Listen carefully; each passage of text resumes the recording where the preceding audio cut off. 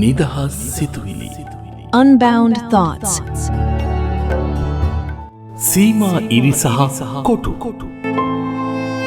මානව නිදහස කියන්නේ හරි අපූරු දෙයක්.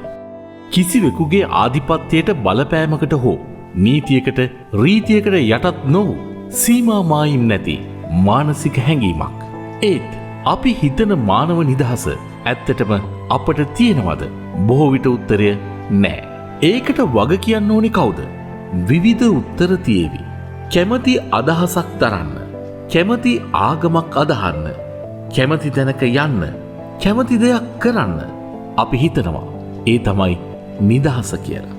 ඔව්, ඒක හරි තමයි. හැබැයි ඔය හැමදේම ලැබිලත් අපි අපේම හිරකාරයෙක් නම්.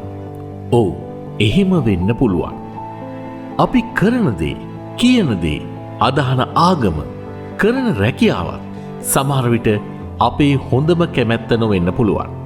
සම්ප්‍රදායන් බිඳින්න බැරිකමට ආදරණීයන්ගේ හිත් සතුටු කරන්න ඕන නිසා අන් අයගේ හිනාවට බියෙන්, නැතිනම් මානසික බැඳීම් ලෙහා ගන්න බැරුව අප්‍රිය දේ ප්‍රිය කරගන්නවා වගේම ප්‍රිය දේ අත්හැරීමත් අද සමාජයේ බහුලයි. අපි මතු පිටින් නිදහස් මානවයින් වුණාට සීමා ඉරි පැනගන්න බැරි කොටුවල හිරවුණු මිනිස්සු, හරියටම කිව්වොත් සියතින් සිරකරගන්නා මිනිස්සු. නිදහස් සිතුවිලි. Unbound thoughts.